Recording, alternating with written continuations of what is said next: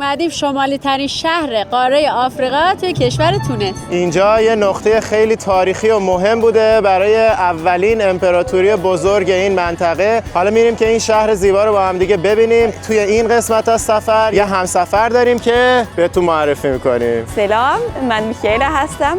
به شهر بنزرت خوش آمدید. میکائیلا به 5-6 زبون زنده دنیا مسلطه، یک کم فارسی بلده و اصالتا هم عراقی و اتریشیه. حالا قراره با هم بریم این شهر رو بگردیم. بزن بریم.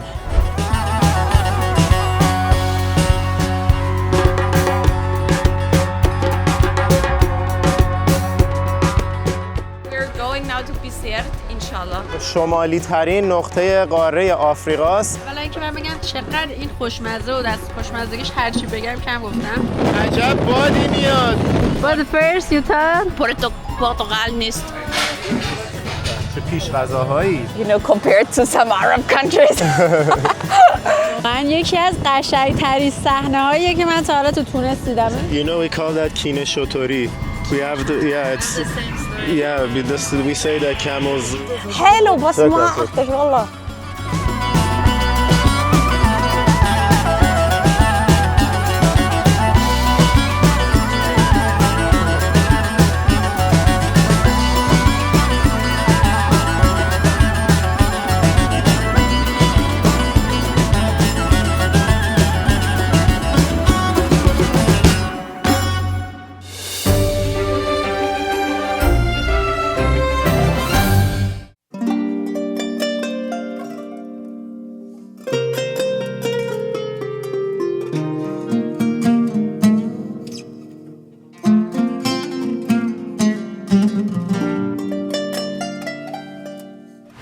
پنجممونه توی تونس و امروز داریم با دوست خوبمون که یکم فارسی بلده. سلام، صبح بخیر. اسم من میکائیلا است.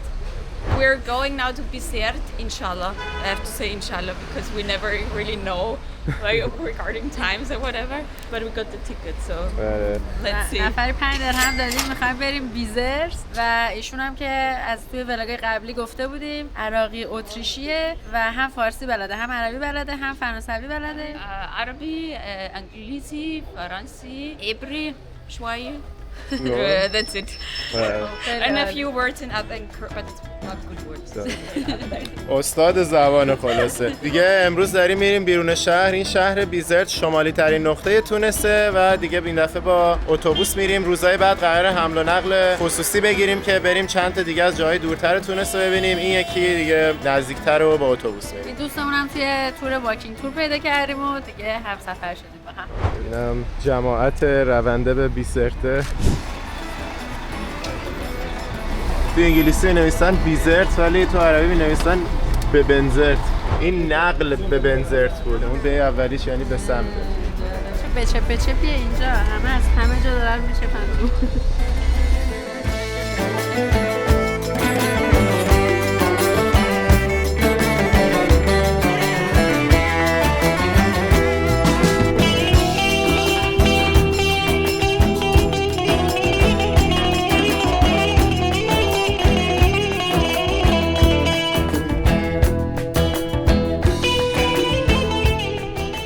اینم از ایستگاه اتوبوس شهر بنزرت.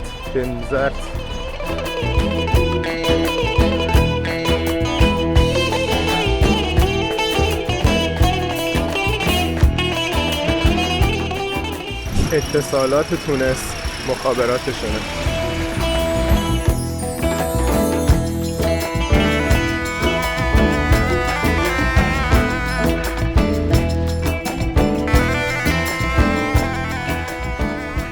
داریم از روی پل بنزرت رد میشیم. این پل روی کانال بنزرته که دریاچه بنزرت رو به دریای مدیترانه اون طرف وصل میکنه.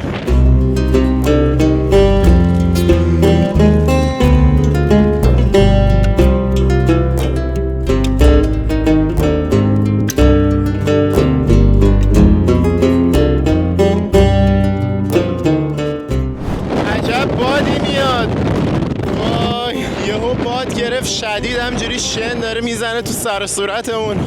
چه عینک داریم. آره.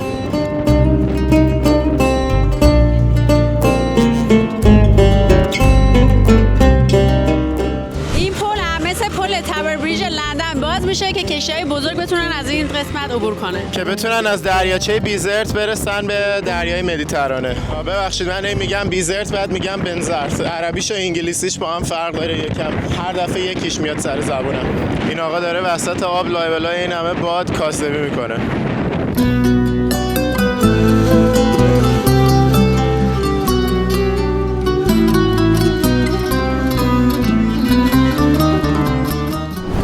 خوش آمدید به بیزرته یا بنزرت.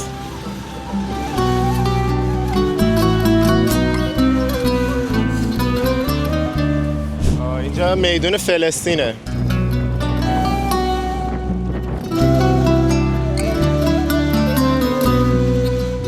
اینجا هم قصر البدی ساختمون شهرداریشونه، سیتی هاله.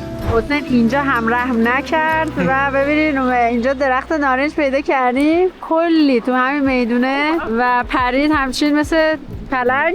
فکر کرده بودیم پرتقاله البته.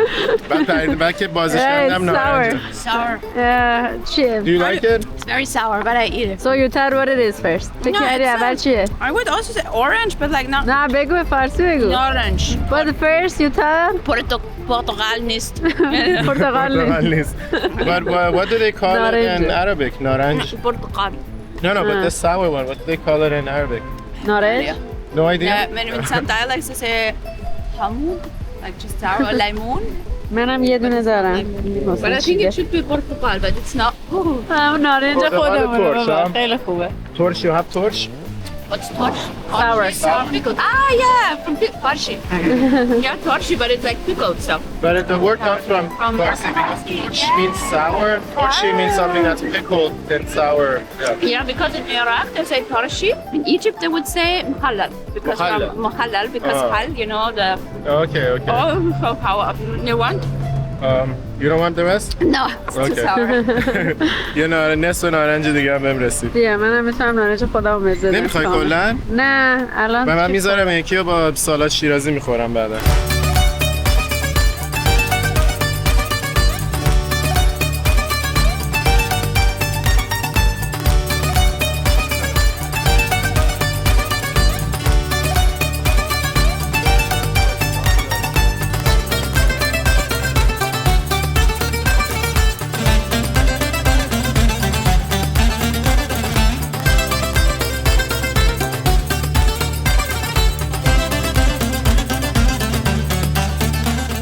این شهر بیزرته یا بنزرت شمالی ترین نقطه قاره آفریقاست و یه شهر بندریه که بیش از 1000 سال قبل از میلاد مسیح ساخته شده بوده. یکی از شهرهای خیلی قدیمی کشور تونسه، هرچند که خب بافت شهریش مثل همون زمان نیست، ولی خیلی شهر قدیمی. اون فونیشیانا که تو ولاگ اول راجع بهشون صحبت کردیم که بخشی از کنعانیا بودن، اومدن و اینجا رو آباد کردن و یه پادشاهی بزرگ ساختن. اینجا یکی از مهمترین نقاط استراتژیکشون بوده، چون یکی از مهمترین بندراشون بوده به سمت دریای مدیترانه. کلی از اینجا تجارت می‌کردن. الان هم که شده یه نقطه خیلی جذاب با خونه‌های رنگی و کافه‌های بسیار دلنشین. به خاطر همین ما هم دیگه اومدیم که این شهر تاریخی و جذاب رو ببینیم.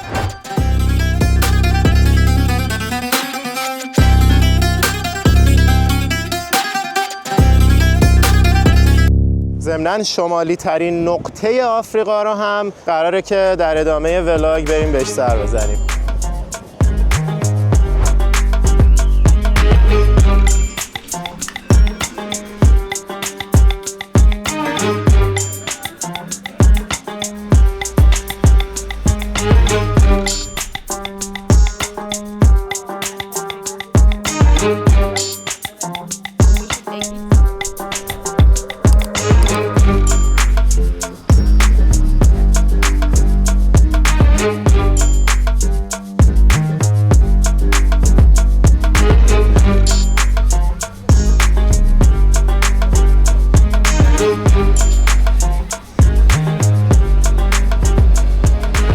این دیوارهای قلعه‌ای که می‌بینین به خاطر اینه که اون طرف شهر اصلی مدینه قدیمی بنزرته که یه دونه قصبه هست. قصبه توی ولاگای مراکش راجع بهش صحبت کردیم. این شهرها یا محله‌های سکونته که با دیوارهای قلعه مانند دور تا دورش حفاظت شده و اینجا هم یه قصبه دیگه است توی کشور تونس.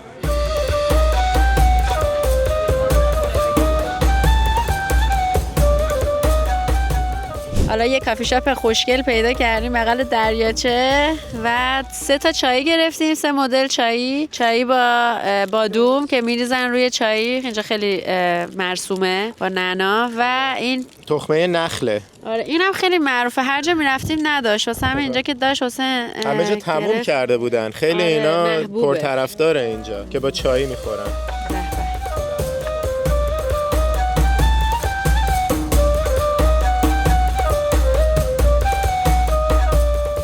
من با دوستمون میکائیلا یکم گپ بزنیم راجع به تجربه هاش. همینجا تو این فضای زیبا گفتیم بشینیم و این گفتگو رو داشته باشیم. So, I'm gonna ask you a few questions. First of all, how long have you been traveling in Tunisia? So now I'm here for 2 weeks, but I visited Tunisia before. I mean, I live in Austria.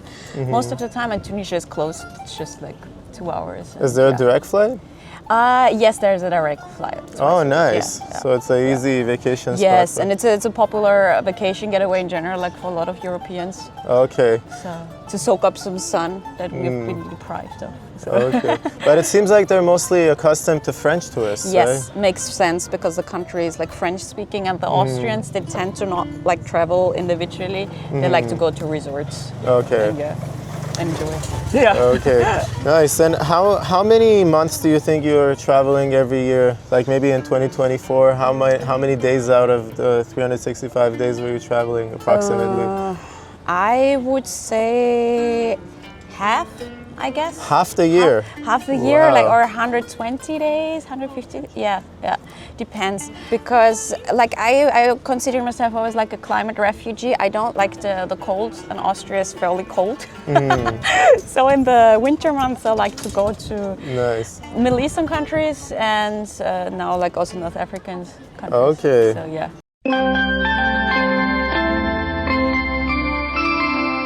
والله ما احتاج والله شكرا شكرا. حلو بس ما شكراً. احتاج والله شكرا میان سعی میکنن چیز میزبن. وي لا حلو والله بسمع ايه لا احلى دي بعذري ما احتاج والله بس شكرا الله وياك yeah but that's the thing you know we're Okay, now that you spoke Arabic with this guy, so say something in Arabic. این دوستمون به عربی مسلط عربی عراقي. اوكي يعني احنا قاعدين حصة في المقهى يم البحر والتاكس حلو فرحانين ويعني كلش حلو. Say something about your experience in Iran. میدونین به ایران هم سفر کرده و جزء جای مورد علاقه شده. Oh, so I went In Arabic. Say it in بالعربي كان عندي تجربة هواية زينة. I had like a very amazing experience. والناس في إيران كلش حبابين وعندكم ثقافة قديمة والبلد نظيف برأيي. So I'm saying like you have a beautiful culture, an ancient culture, and you also have a clean country. You know, compared to some Arab countries. And that I had a great experience in Iran. Oh, thanks for the compliment. Yeah. So how are you able to travel so much? The thing is, I have a remote job, and I don't pick expensive countries. And also the thing is, I have friends in Kuwait, in Oman, or in France. You know, I kind of like, and I tend to visit people there, and but also when they come to Austria, I also host them. You know. Okay. Yeah. So, but Very nice. mostly because I can work remotely and I choose cheap countries. Nice. Do you use couch surfing? No, I don't use couch surfing. So you just know these people from before? Yeah, from traveling, or that's the thing. Like Middle Easterners, it's kind of like normal. Like I don't know, like a Kuwaiti family. Oh yeah, we have a spare room, you know. And then like you can stay there, or like. I stayed like a month with a Palestinian family, for example, in the Palestinian area. So Nice. it's عادي. I mean, of course, I give them like gifts, هدية, and everything, and I'm a good guest. But that's a trick how to travel. You know, make friends. Very nice. And so which cities did you visit in Iran? So I went to Tehran, of course, and then Isfahan. We went also to Shiraz, Kashan. I remember. Yazd? Yazd, yes. Oh my God, Yazd. Wow. Yazd was, wow, something else. I mean, I think in general, I could not say what was my favorite. I think Shiraz, honestly, was my favorite place. Nice. Because the people I met there were lovely. پرچم شیرازی‌ها بالاست. And also the food I liked in Shiraz the most, I would say. It was, and I did it just had a chill vibe. Okay, Yeah. very nice. And did you have hosts in Iran as well? Now, it was on a guided tour because back Okay. then I had to go with a guided tour because they didn't allow single female travelers back then. And I went with a couple of Austrians, which were old people, most of them. But it still was a nice experience, and I loved also like that the Iranians, when they see foreigners, were like, "Oh no, come try Hediyas, try of our sweets," and they just want to give the impression. It's like, don't believe everything the media tells you. We're nice people, and Well, I'm really glad you had a good experience. yeah, amazing, really. Another thing I wanted to ask you, because we were not visiting the south side of Tunisia, the desert, the Sahara side, and you visited. I wanted to know, like, what do you think is special or different about the desert here compared to other deserts, maybe in Iran or like other countries that you've visited? So first of, I mean, in Iran you also have quite some oasis cities, and they do that here as well. Like you can see some of the date farms, and also they have something like a salt lake, you know, which is like at some times of the year it's like an actual lake, but it's like a salt desert, and they filmed Star Wars there.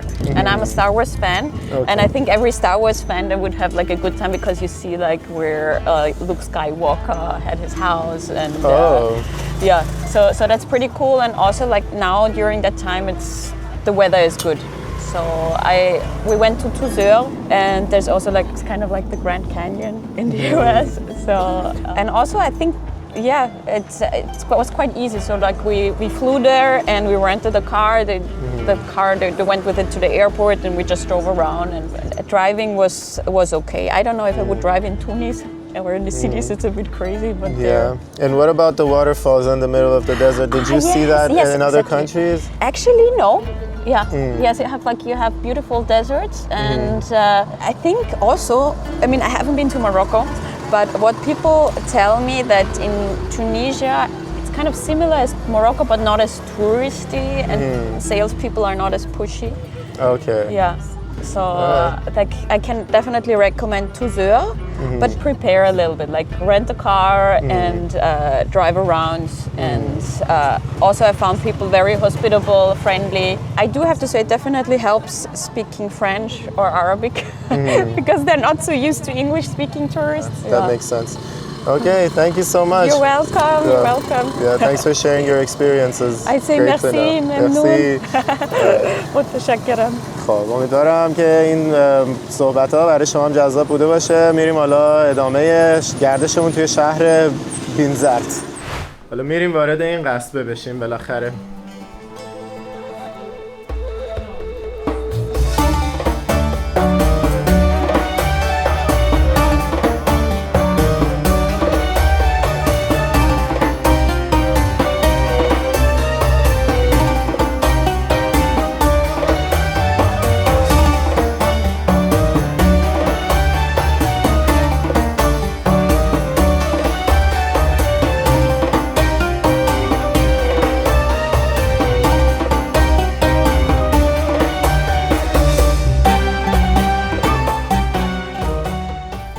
قصبش زیاد توریستی نیست ولی رنگ سنتورینی هست. نگاه کن خودشو با شهر مچ کرده، چشمای آبی رنگ سفید مثل دیواره های این قصبه. Et je parle aux passants comme si je les connaissais. Je leur fais des شد خود سنتورینی اینجا نه؟ خیلی que je te faisais. Ils me regardent de travers et moi je ris aux éclats. Mais c'est la terre entière qui ne comprendrait pas. La nuit est claire et pas à pas Les heures passent une à une, la tête en l'air, j'entr'aperçois les mouvements de la lune. La nuit est claire et pas à pas, ruelle après ruelle, je lève mon verre encore une fois. Oh, ce n'est pas pareil, ce n'est pas pareil sans toi. حالا یه تاکسی گرفتیم که بریم سمت کورنیش اینجا.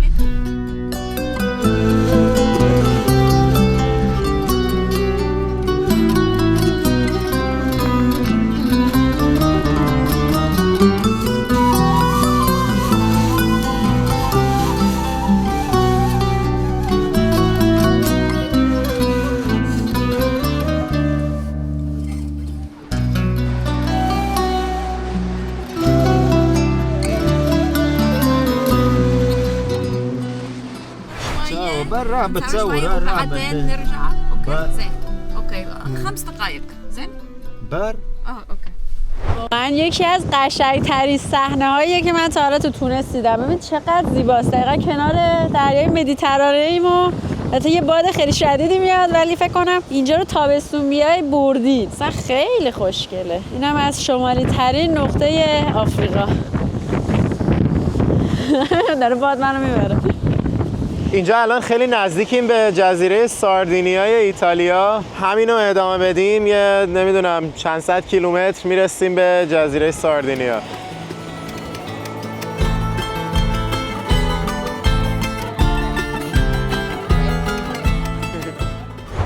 مجبور شدیم به این تاکسیمون بگیم وایسه برامون چون که نه بوت تو این زمان اینجا کار میکنه نه تاکسی میاد. الان آفتر سیزنه دیگه. آره الان زمان خلوت توریسم تونس، مخصوصا که دیگه آخر هفته که نیست وسط هفته است. تازه هم سال نو تموم شده، اکثر توریست ها رفتن خونه هاشون.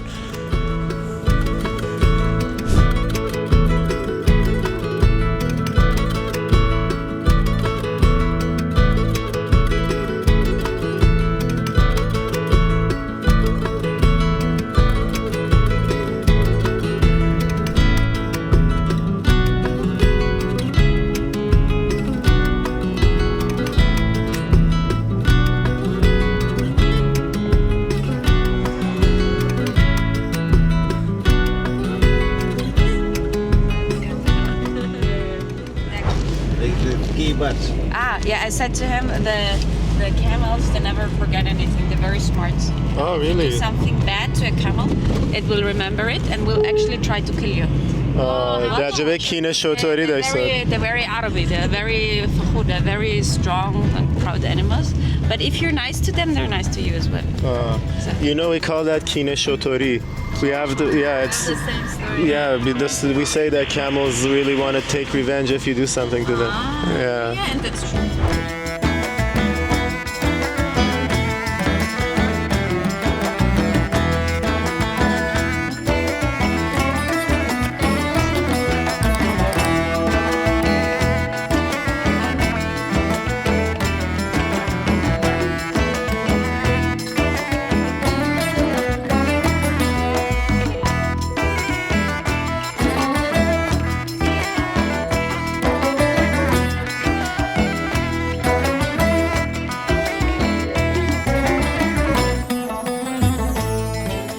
بهش گفتیم بیارتمون یه رستوران ماهی که خودش خیلی دوست داره و اومدیم اینجا. یعنی برگشتیم کنار همین بندر، برگشتیم همینجا ولی این رستورانه این گوشه خیابونه. فريش دیگه والله. همین الان اومدیم یه رستوران برامون اینا رو گذاشت.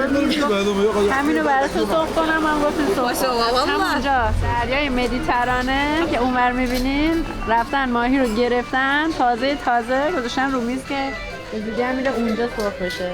صور مورا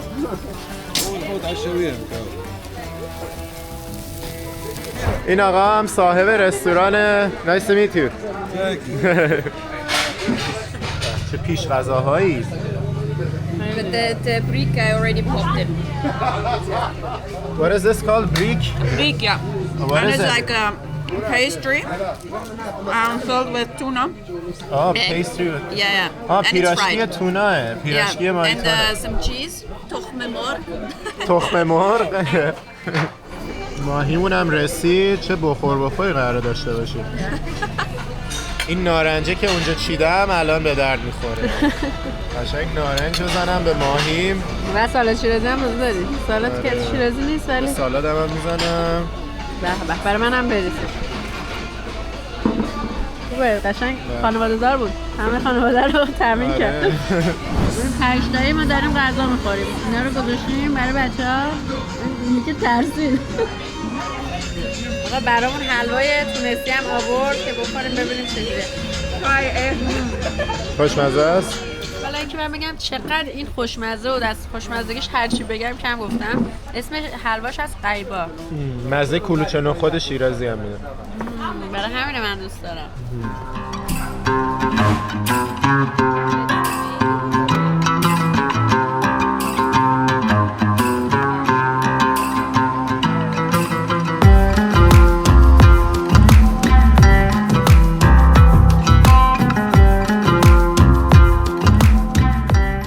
دوباره برگشتیم این قسمتی که حالت ترمینال اتوبوساست که دیگه الان اتوبوسی نیست، فقط با این ماشین کوچولوها و برگردیم هم 5 درهم نفری میدیم و برمیگردیم تونس دیگه. تا پر نشه راه نمیفته، یعنی یه نفر دیگه جا داره.